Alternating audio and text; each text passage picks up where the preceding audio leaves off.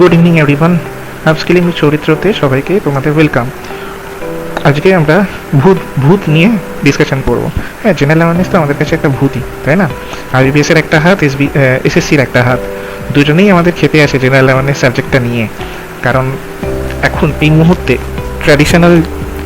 Tradition যেরকম চলছে, সেটা আইবিপিএস হোক কিংবা এসএসসি হোক, জেনারেল অ্যাওয়ারনেস নিয়ে আমাদের ভয় শেষ নেই।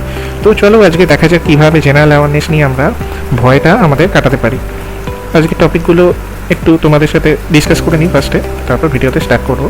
ফার্স্টেই বলে রাখি যে হাউ টু প্লে সেফ, মানে আমরা কীভাবে জেনারেল অ্যাওয়ারনেসকে ট্যাকল করতে পারি, বিশেষ করে ব্যাংকের পরীক্ষাতে, সেটা নিয়ে ফার্স্টে ডিসকাশন করবো। তারপর আস্তে আস্তে এসএসসিতে আসবো। এসএসসিতে যে জিএ বা জিএস, জেনারেল স্টাডিজ বলে যে সাবজেক্টটা আছে, 25টা কোশ্চেন থাকে, 50 নম্বর থাকে যে কোনো পরীক্ষাতে। এসএসসি একটাই টায়ারে হয় পরীক্ষা, তো সেইটা নিয়ে আমরা একটু ডিসকাশন করবো। আর তোমাদের যদি আমার ভিডিও ভালো লেগে থাকে, ভালো লাগতে থাকে, পরপর ভিডিওগুলো আমি দেওয়ার চেষ্টা করছি, যতটা তাড়াতাড়ি সম্ভব আমি পরপর ভিডিওগুলো আনার চেষ্টা করছি। যদি ভালো লাগতে থাকে তাহলে অবশ্যই সাবস্ক্রাইব করো, লাইক করো এবং কমেন্ট করো। কমেন্টের মাধ্যমে আমি জানতে পারবো যে তোমাদের মধ্যে কি পজিটিভ না নেগেটিভ যে সমস্ত ফিডব্যাকগুলো আসে সেগুলো আমি জানতে পারবো।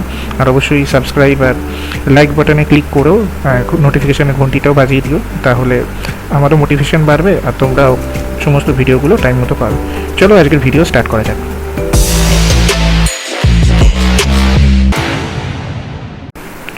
চলো আজকে ভিডিও শুরু করা যাক। How to study GA. তো জিএ কীভাবে আমরা ভালোভাবে একটা স্ট্র্যাটেজাইজড ওয়েতে কীভাবে প্রিপারেশন করতে পারি সেটা নিয়েই আজকে আমাদের ভিডিও। তো ফার্স্টই তোমাদের বলে রাখি, সেটা হচ্ছে ব্যাংক আর এসএসসি দুটো পরীক্ষাতেই জিএ সাবজেক্টটা আসে। ব্যাংকে মূলত মেন্সের সাবজেক্টটা, জিএ সাবজেক্টটা আসে যাতে মোটামুটি 40 নম্বর থাকে। আর এসএসসির ক্ষেত্রে শুধু এসএসসির অনেক রকম পরীক্ষা হয়, এমটিএস, এইচএসএল, সিজিএল, কিন্তু বেসিক্যালি টায়ার ওয়ানেই জিএ থাকে।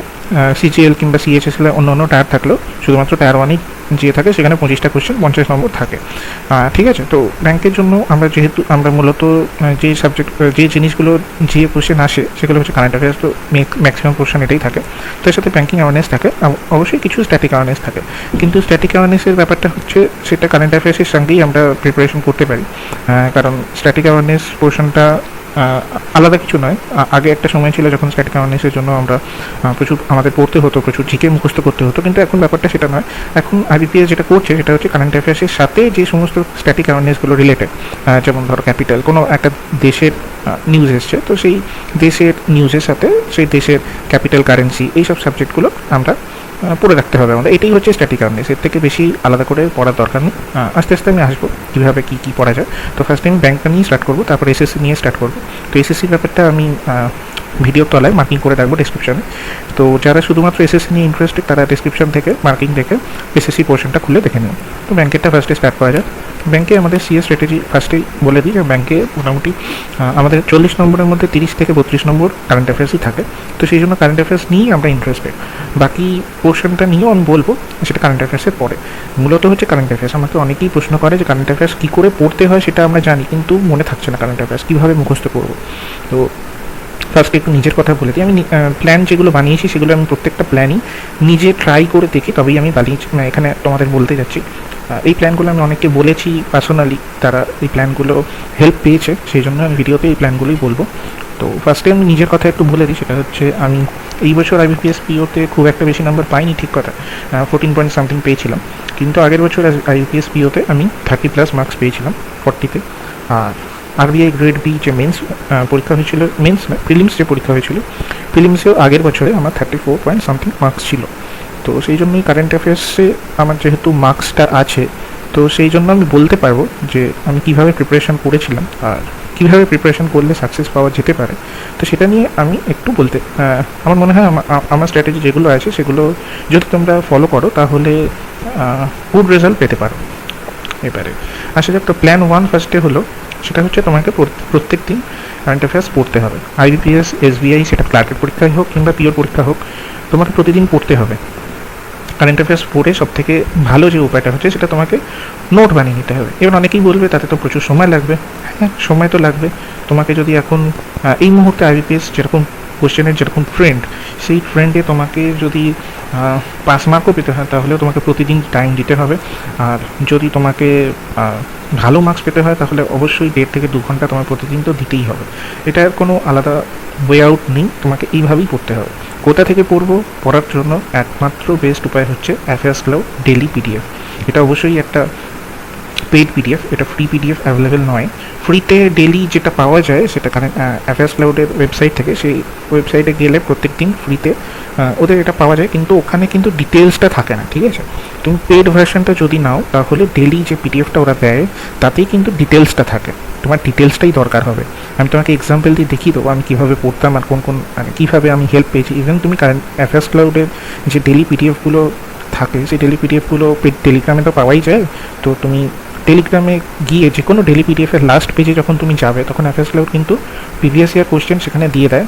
ইভেন অ্যাফেয়ার্স ক্লাউডে তুমি এটাও পেয়ে যাবে যে প্রিভিয়াস ইয়ার যে কোশ্চেনগুলো সেই কোশ্চেনগুলো থেকে কতটা অ্যাফেয়ার্স ক্লাউড কমন, মানে অ্যাফেয়ার্স ক্লাউড কতটা ওখান থেকে কভার করেছিল, কতটা কমন পাওয়া গেছিলো, ঠিক আছে? তো সেই জন্য অ্যাফেয়ার্স ক্লাউডের অল্টারনেটিভ এই মুহূর্তে বাজারে নেই।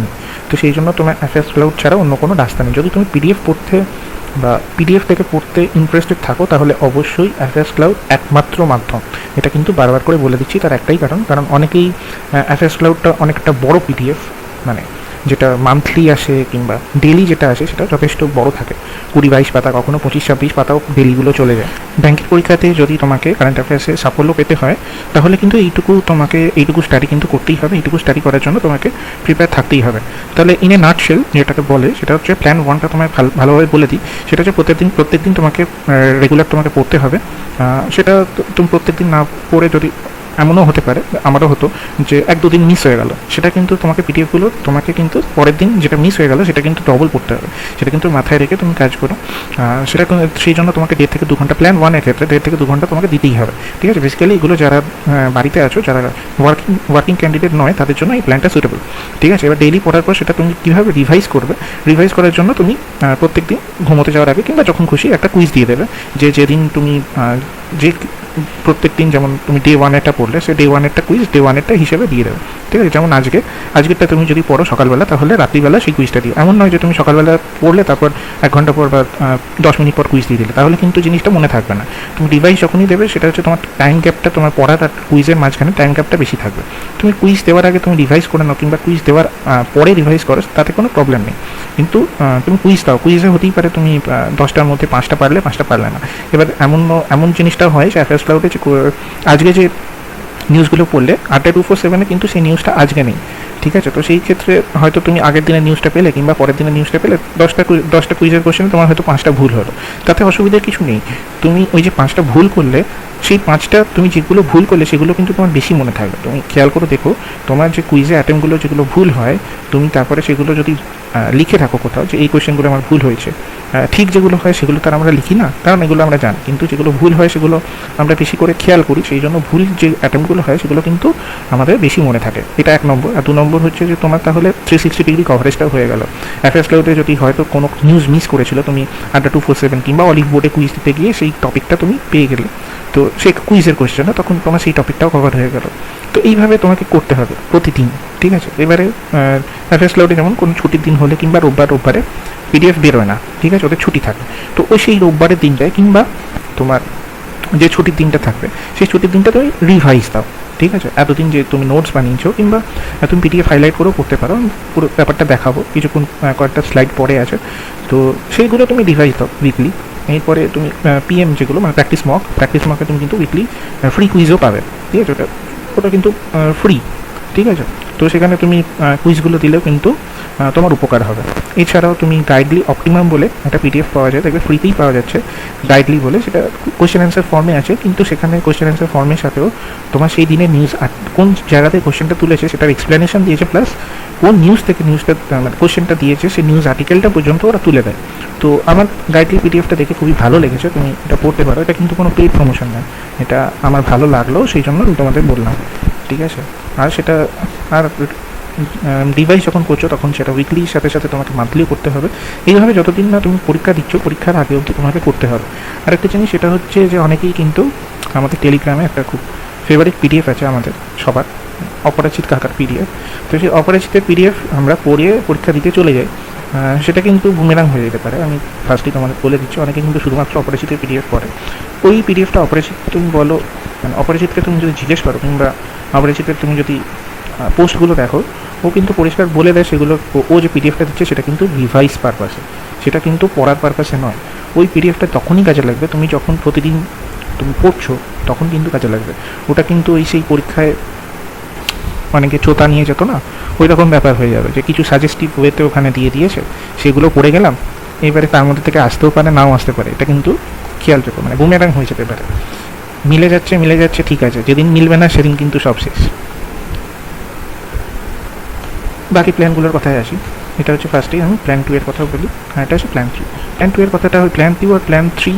প্ল্যান 2 বিশেষ করে প্ল্যান 2টা হচ্ছে বেসিক্যালি যারা ওয়ার্কিং ক্যান্ডিডেট কিংবা জিএর প্রতি একটু অনীহা রয়েছে, তারা একটু মানে জিএটাকে ডেইলি পড়াটা একটু অ্যাভয়েড করতে চায়, তাদের জন্য যেটা ফিজিবল সেটা হচ্ছে যে তারা মান্থলি কন্টেন্ট পিডিএফ যেটা হয় অ্যাফেয়ার্স ক্লাউডে সেটা পড়তে পারে। সেটা কিন্তু 300+ পেজের হয়, ঠিক আছে?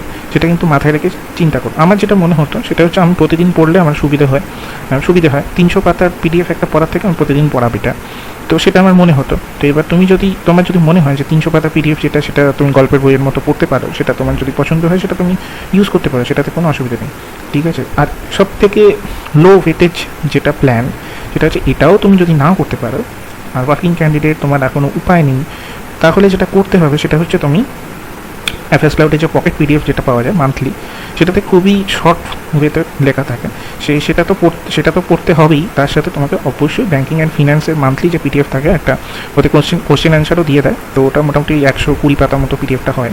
সেই পিডিএফটা কিন্তু এই দুটো কম্বাইন করে তোমাকে পড়তে হবে, ঠিক আছে? তার সঙ্গে অবশ্যই কুইজগুলো তোমায় দিতে থাকতে হবে, উইকলি মান্থলি যে কুইজগুলো হয় সেইগুলো দিতে থাকতে হবে।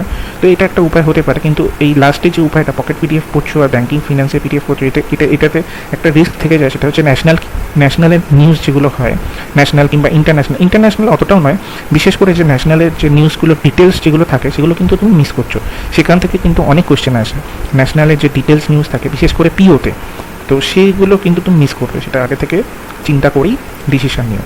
আর একটা উপায় আছে যে তুমি পিডিএফ থেকে পড়তে ভালো লাগে না, তুমি ভিডিও দেখতে অভ্যস্ত, তুমি ভিডিও থেকে পড়তে চাও, তো সেক্ষেত্রে তোমাকে ডেলি ভিডিও পড়তে হবে। রেকমেন্ডেড এডুকেটার্সের কয়েকটা নাম আমি এখানে লিখেছি, যাদের কাছে আমি হেল্প পেয়েছি তাদের নামগুলো আমি লিখেছি। আমার যাকে মনে হয়েছে যে এরা যে কন্টেন্ট করায় তার সেগুলো বেশ ভালো। একটা নাম আমি মিস করেছি, সেটা হচ্ছে আড্ডা 247-এ আশিস গৌতম স্যার, সেটাও এখানে অ্যাড করে নেওয়া উচিত ছিল, মিস করে গেছি, সেটাও ভালো।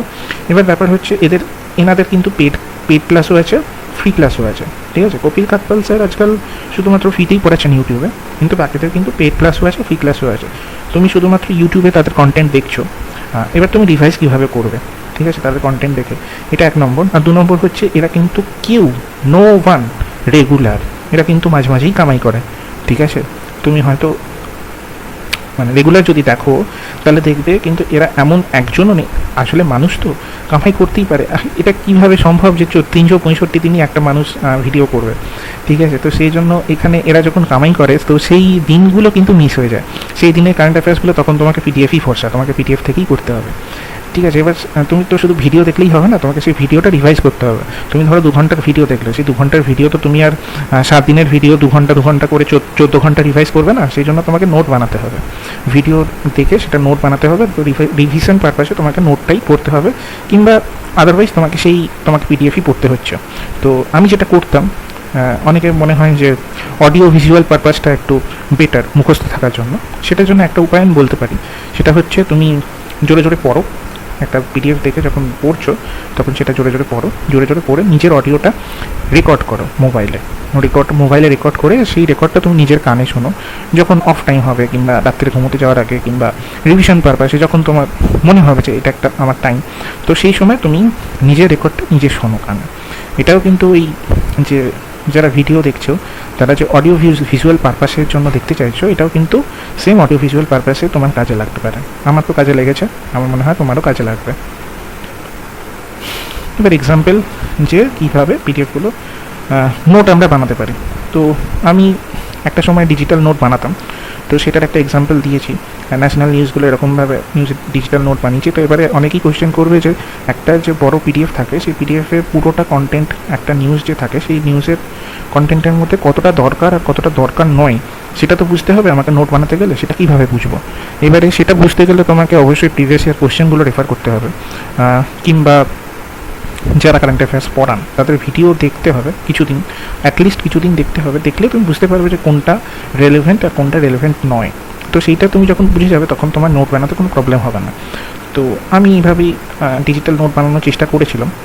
অনেক সময় ওয়ার্ডে বানিয়েছিলাম, তারপরে চেষ্টা করেছিলাম ডিজিটাল ফরম্যাট অনলাইন বানানো। তো নোট বানানোর সময় এই পিডিএফটা দিয়ে এই স্লাইডটা দিয়েছি এই জন্য যে নোট বানানোর সময় অনেক সময় আমরা দেখি যে অনেক টেবিল আছে, তো সেগুলো কীভাবে, এগুলো না হয় আমরা কপি পেস্ট করেছি, কপি পেস্ট করার পর বিভিন্ন কালি ইউজ করেছি, তখন রিভিশন করার সময় রিভিশন যখন দিয়েছি তখন এই কালিগুলো কিংবা বোল্ড করা এই জিনিসগুলো ইউজ করে নিয়েছি, ঠিক আছে। কিন্তু অনেক সময় দেখা যায় যে এইগুলো কীভাবে দেবো, একটা টেবিল থাকে, টেবিলগুলো তো আমরা কপি পেস্ট করতে পারি না, তো সেটার জন্য আমি যেটা করতাম ডাইরেক্ট স্ক্রিনশট তুলে ক্রপ করে এখানে পেস্ট করে দিতাম, ঠিক আছে। ব্যাঙ্কিংয়ের ফাইন্যান্সের নিউজগুলো একটু বড়ই হয়, তো সেটা দেখানোর জন্য আমি এই স্লাইডটা দিয়েছি যে লোনের জন্য আমি একটা আলাদা কলম করতাম, যেখানে আমি শুধু লোনের নিউজগুলো ইউজ করতাম। অপরিচিত এই জিনিসগুলোই করে কিন্তু, ঠিক আছে। তুমি সেই জন্য একই জায়গায় নিউজগুলো পাও, তো সেটা তুমি নিজেও করতে পারো। তুমি যদি নিজেও রেগুলার পড়ো তাহলে তোমার হাতেই কন্টেন্ট থাকবে। তো এটা অনলাইনে যদি 2-3জন তোমার বন্ধু থাকে তাহলে তোমার এটা অনলাইনে করতে সুবিধা হবে। যেমন আমি OneNote ইউজ করে লাস্ট IBPS পিওর আগেই চেষ্টা করেছিলাম, যদিও সেটা পুরোপুরি সফল হয়নি। তো তুমি চেষ্টা করে দেখতে পারো। সেটা হচ্ছে ধরো লিখতে যে তোমার টাইমটা লাগছে, ধরো ফার্স্ট তোমরা 3-4জন বন্ধু মিলে গ্রুপ স্টাডি করছো, তো অক্টোবর ধরো ফার্স্ট উইক তুমি লিখলে, সেকেন্ড উইক তোমার যে বন্ধু আছে তাকে দায়িত্ব দিলে সে লিখলো, থার্ড উইক আর একজন দায়িত্ব নিল সে লিখলো। তাহলে কি তাহলে ব্যাপারটা হচ্ছে যে তোমার টাইমটাও বাঁচবে কিন্তু তোমার পড়াটাও হবে, সাথে তোমার বন্ধুরও একই জিনিসই হবে, একই উপায় তোমরা এই জিনিসগুলো করতে পারো, ঠিক আছে। OneNote-এর ব্যাপারটা হচ্ছে তুমি এখানে যদি ইমেল আইডিগুলো অ্যাড করে নাও সবার, তাহলে তুমি একটাই পেজ 4জনই দেখতে পাবে, ঠিক আছে। এটা একটা সুবিধা আছে। OneNote ছাড়াও আরও অনেক অ্যাপ আছে, তোমরা সেটা নিজেদের সুবিধার মতো ইউজ করতে পারো। তবে যাদের কম্পিউটার নেই তাদের ক্ষেত্রে ডিজিটাল নোট বানানোটা খুবই অসুবিধে, সেই জন্য যাদের মোবাইলে যারা পড়াশুনো করে তাদের জন্য ডিজিটাল নোট বানানোটা খুব একটা ফিজিবল নয়, তো তারা আমার মনে হয় খাতা কিংবা ডায়েরিতে লিখেই নোট বানানো উচিত। অনেকে পিডিএফ হাইলাইট করে পড়তে পছন্দ করে, আমিও লাস্টের দিকে তাই করতাম। এই জিনিসটা আমি শিখেছিলাম ইনফিনিটেসিমাল যে স্যার আছেন রাজন স্যার, তিনি ইউটিউবে এই জিনিসটা বলেছিলেন, তার কাছ থেকে আমি শিখেছিলাম। সেটা হচ্ছে যে পিডিএফগুলো যতটুকু পোর্শন দরকার সেই পোর্শনটা তুমি হাইলাইট করে নাও, তারপরে তুমি যখন রিভাইজ দিচ্ছ না তখন রিভাইজ দেওয়ার সময় তোমাকে পুরো পিডিএফটা পড়তে হবে না, যে হাইলাইট পোর্শনগুলো আছে সেই হাইলাইট পোর্শনগুলো তুমি জাস্ট পড়ে পড়ে বেরিয়ে যাবে, তাতে তোমার রিভাইজ করার সময় টাইম বাঁচবে। তো ধরো তুমি যখন ফার্স্ট টাইম পড়ছো তখন তোমার 1 ঘন্টা টাইম লাগলো, সেকেন্ড টাইম রিভাইজ করার সময় সেই টাইমটা কিন্তু তোমার 30 মিনিটে নেমে আসবে, থার্ড টাইম যখন রিভাইজ করবে তখন সেই টাইমটা কিন্তু তোমার 15-20 মিনিটের বেশি লাগবে না, ঠিক আছে। তো একটাই পিডিএফ তুমি যদি বারবার রিভাইজ করতে থাকো 3বার 4বার 5বার, তাহলে পরীক্ষার সময় মনে আসবে না বা মনে থাকবে না এরকম ব্যাপারটা নয়। আর একটা জিনিস বলে দিই, সেটা হচ্ছে ছোটোবেলায় আমরা যখন কোনো জিনিস মুখস্থ করতাম, যে এরকম দেখে দেখে পড়লাম, দেখে দেখে পড়ে সেটা না দেখে বলার চেষ্টা করতাম, সেই মুখস্থ কিন্তু এখানে করার সেই ভুলটা কিন্তু এখানে করার চেষ্টা করো না, ঠিক আছে। সেই ভুলটা এখানে করো না, ওই রকমভাবে মুখস্থ করতে হয় না কারেন্ট অ্যাফেয়ার্স।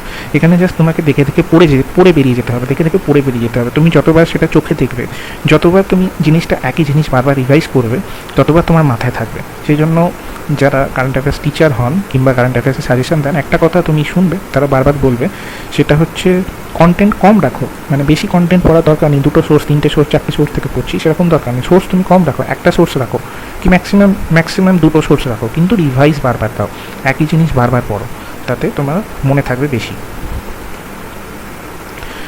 এবার ব্যাপার হচ্ছে আদার দ্যান সিএ আর কী কী পড়া দরকার আছে, সেটা অবশ্যই ব্যাংকের ক্ষেত্রে ব্যাংকিং অ্যাওয়ারনেসটা দরকার হয়। এবার ব্যাংকিং অ্যাওয়ারনেসটা বিশেষ করে পিওর ক্ষেত্রে অবশ্যই দরকার হয়, কারণ পিওতে ব্যাংকিং অ্যাওয়ারনেসের অনেকটা কোয়েশ্চেন, কিছু কিছু কঠিন কোয়েশ্চেনও থাকে। তো অনেক সময় কারেন্ট অ্যাফেয়ার্স আমরা যখন পারি না কারেন্ট অ্যাফেয়ার্স দিয়ে নাম্বার তোলার চেষ্টা মানে নাম্বার উঠছে না, এরকম যখন অবস্থা হয় তখন কিন্তু অনেক সময় ব্যাংকিং অ্যাওয়ারনেস আমাদের বাঁচিয়ে দেয়। তো সেই জন্য ব্যাংকিং অ্যাওয়ারনেসের জন্য একবার কিন্তু পুরো ব্যাংকিং অ্যাওয়ারনেসের প্লেলিস্ট দেখে নেওয়া দরকার। তোমাদের যদি পেড কোর্স থাকে তাহলে তো কোনো অসুবিধা নেই, আনএকাডেমি কিংবা অলিভ বোর্ড, তাহলে তো তোমার ব্যাংকিং অ্যাওয়ারনেস ওখানেই তোমাদের পড়িয়ে দেবে লাইভ ক্লাসে। আর সেটা যদি না থাকে, ইউটিউবে তুমি এই কটা ইউটিউব চ্যানেলের নাম বলেছি, অভিজিৎ মিশ্রা ইউটিউব চ্যানেল নয়, উনি খুব সম্ভবত ব্যাংকার্স বেতে পড়ান, আদিত্য দুবে স্যার অলিভ বোর্ডে পড়ান, তো এদের প্লেলিস্ট তুমি পেয়ে যাবে, ঠিক আছে। সুপ্রিয় পান্ডা SBI PO ডেপুটি ম্যানেজার বোধহয় হয়েছিলেন, তারপরে এখন অন্য কিছু করছে, তো তারও একটা প্লেলিস্ট আছে, তো সেই প্লেলিস্টটাও তুমি দেখতে পারো, খুবই কিন্তু হেল্পফুল। আমি কিন্তু খুবই হেল্প পেয়েছি সুপ্রিয় পান্ডার প্লেলিস্ট থেকে। তো সেই যে কোনো একটা প্লেলিস্ট তুমি ভালোভাবে যদি দেখে নিতে পারো, অনিল আগরওয়াল স্যারেরও ব্যাঙ্কিং অ্যাওয়ারনেসে কিন্তু ভালো মেটেরিয়াল স্যারের চ্যানেলে অ্যাভেলেবেল আছে। তার মধ্যে তুমি যে কোনো একটা প্লেলিস্ট যেটা তোমার পছন্দ সেই প্লেলিস্ট যদি তুমি দেখে নিতে পারো, তাহলে আর অন্য কিছু দরকার হবে না। আর স্ট্যাটিক সেটা ফার্স্টেই বলে দিয়েছি, সেটা হচ্ছে তোমার কারেন্ট অ্যাফেয়ার্সের সাথে সাথেই তৈরি করতে হবে। যে পিডিএফ তুমি পড়ছো সেটা অ্যাফেয়ার্স ক্লাউডে যদি হয়, অ্যাফেয়ার্স ক্লাউডে তো অবশ্যই দেওয়া থাকে। অ্যাফেয়ার্স ক্লাউডে একটা স্ট্যাটিক পিডিএফ করলে আলাদা পিডিএফও বেরোয় মান্থলি, আর কুইজে তো তুমি পাবেই। আর একটা জিনিস সেটা হলো অ্যাওয়্যার থাকতে হবে।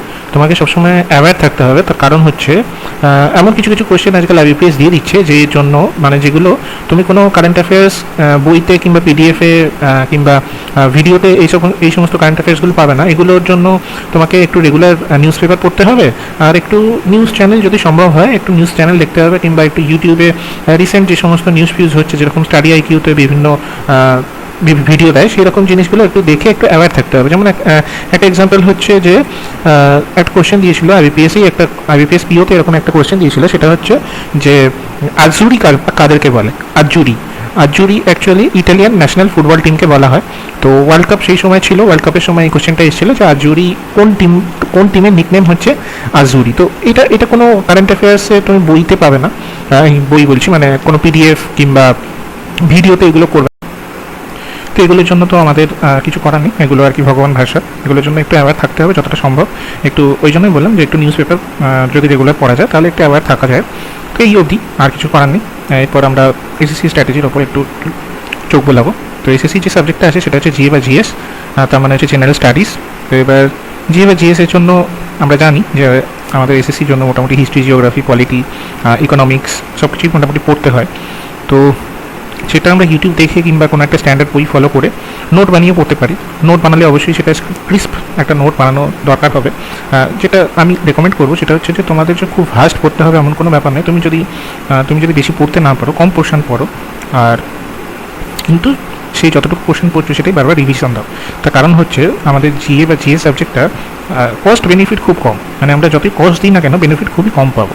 তো এটা পুরোপুরি আর কি লাখের ওপর ব্যাপার। তুমি সব কিছু পড়ে গেলেও তোমার যে সব কিছু মনে থাকবে কিংবা তোমার যে সব কিছু কমন আসবে এরকম কোনো গ্যারেন্টি নেই। তো সেই জন্য তোমাকে একটু স্ট্র্যাটেজি বানিয়ে পড়াই আমার মনে হয় বেস্ট হবে। তো সেই জন্য এছাড়া তোমাকে যেটা করতে হবে সেটা হচ্ছে সেকশনাল টপিক টেস্ট তুমি দিতে পারো।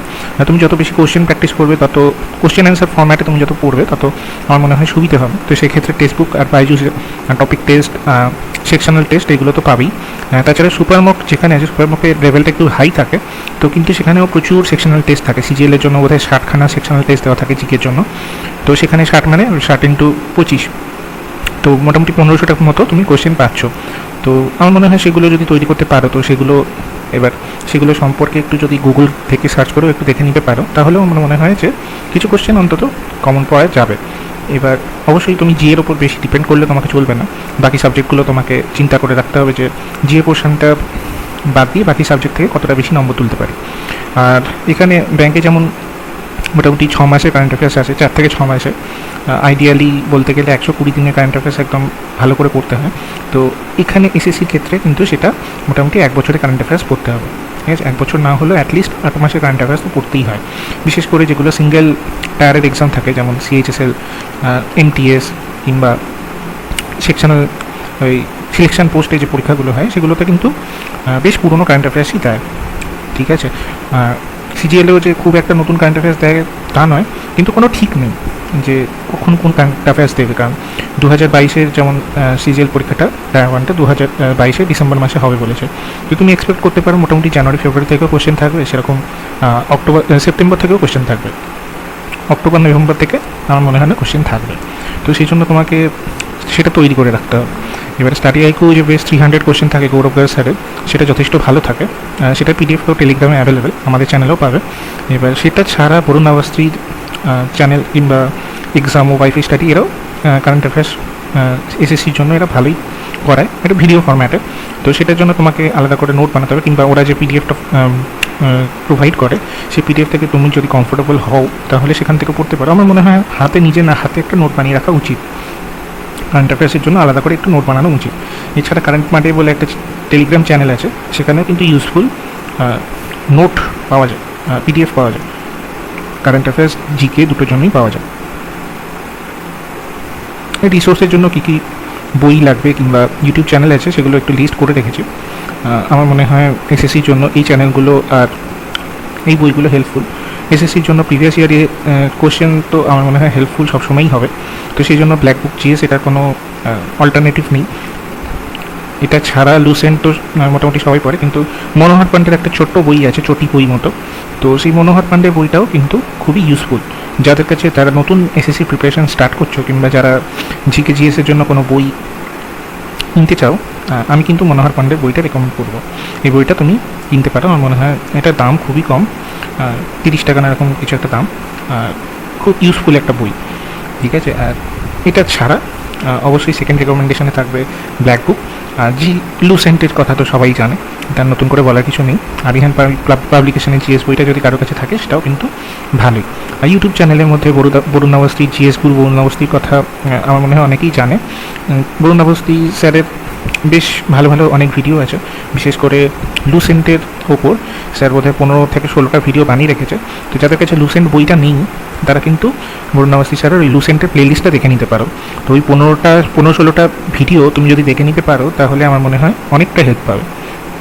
এছাড়া অঙ্কিতা অবস্থি, আমান শ্রীবাস্তব, বিপিন গোয়েল, এইসব স্যারেরও যে সমস্ত ফ্রি ভিডিওগুলো অ্যাভেলেবেল ইউটিউবে সেগুলো কিন্তু খুবই ইউজফুল। আমার ক্ষেত্রে তো আমি অনেকটাই হেল্প পেয়েছিলাম, বিশেষ করে যেগুলো জিস্ট ভিডিও থাকে না, যে বিশেষ করে আমান শ্রীবাস্তব স্যারের যেমন ভূগোলের 3-4টে জিস্ট ভিডিও আছে, 3-4টে ভিডিওর মধ্যে পুরো জিওগ্রাফিটা বুঝিয়ে দিয়েছে। তারপরে বরুণ অবস্থি স্যারের কিছু ভিডিও আছে, যেমন হিস্ট্রিটা 3টে ভিডিওতে পুরো হিস্ট্রি কমপ্লিট করে দিয়েছে। তারপরে পলিটির ওপরে, এগুলো সব কিন্তু রিভিশন ভিডিও, তোমাকে আগে পড়ে রাখতে হবে। আগে যদি তোমার পড়া না থাকে, শুধুমাত্র এই ভিডিওটা পড়লে খুব একটা হেল্প পাবে কি আমি বলতে পারছি না, কিন্তু রিভাইজের জন্য স্যারেরা এই সমস্ত স্যারেরা যে সমস্ত ভিডিওগুলো করে রেখেছে সেগুলো কিন্তু খুবই ভালো।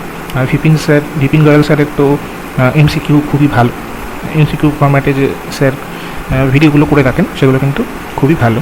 এবার কিছু আমি ইম্পর্টেন্ট টপিক লিস্ট করে রেখেছি, সেই ইম্পর্টেন্ট টপিকগুলো তোমরা নোট করে রাখতে পারো। আমার মনে হয় এসএসসির জন্য কিন্তু এই সাজেস্টিভ ওয়েতে এই ইম্পর্টেন্ট টপিকগুলো পড়ে রাখা উচিত। কিছু না, শুধু এই ইম্পর্টেন্ট টপিকগুলো থেকে একটু নোট বানিয়ে রেখে দেবে, কিংবা এই ইম্পর্টেন্ট টপিকগুলো গুগলে সার্চ করে কিংবা ইউটিউবে সার্চ করে একটু ভিডিও দেখে নেবে, দিয়ে নিজের হাতে একটু ক্রিস্প নোট বানিয়ে রেখে দেবে। ব্যাস, এর থেকে বেশি কিছু করার নেই। আমার মনে হয় এসএসসি জিকে জিএসের জন্য এর থেকে বেশি কিছু টাইম দেওয়ার কোনো দরকার নেই। জিকে এসএসসির জন্য আমার মনে হয় সবথেকে বেশি যেটা জরুরি অঙ্ক আর ইংলিশ, এই দুটো সাবজেক্টের উপর বেশি জোর দেওয়া উচিত।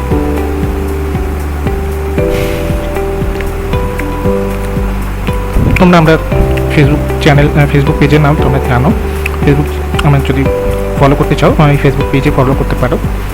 আমি মোটামুটি আমার সমস্ত খবর, পরের ভিডিও আসছে না আছে সবই ফেসবুক পেজেই বলতে থাকি। তাছাড়া আমার দুটো চ্যানেল আছে, আমাদের আর কি দুটো টেলিগ্রাম গ্রুপ আছে। যে টেলিগ্রাম গ্রুপে তোমাদের যদি ইচ্ছে হয় তাহলে তোমরা এখনও যদি জয়েন না করে থাকো তাহলে অবশ্যই জয়েন করো, ডিসক্রিপশানে এদের লিঙ্কগুলো দেওয়া থাকবে। আজকের মতো এই পর্যন্তই, আমাকে ফিডব্যাক দিও, অবশ্যই সাবস্ক্রাইব করো, শেয়ার করো যদি ভালো লাগে ভিডিওটা, আর লাইক করতে ভুলো না। কমেন্ট করে জানিও ফিডব্যাক কেমন লাগলো, ভিডিওটা কেমন লাগলো, আর কী ইমপ্রুভমেন্ট করতে পারি আমার ভিডিওতে, এরপরে কোন ভিডিওগুলো আনলে তোমাদের ভালো লাগবে সেই সমস্ত সম্পর্কে কমেন্টে আমাকে জানিও। আজকের মতো এই পর্যন্তই, আবার দেখা হবে পরের ভিডিওতে। বাই।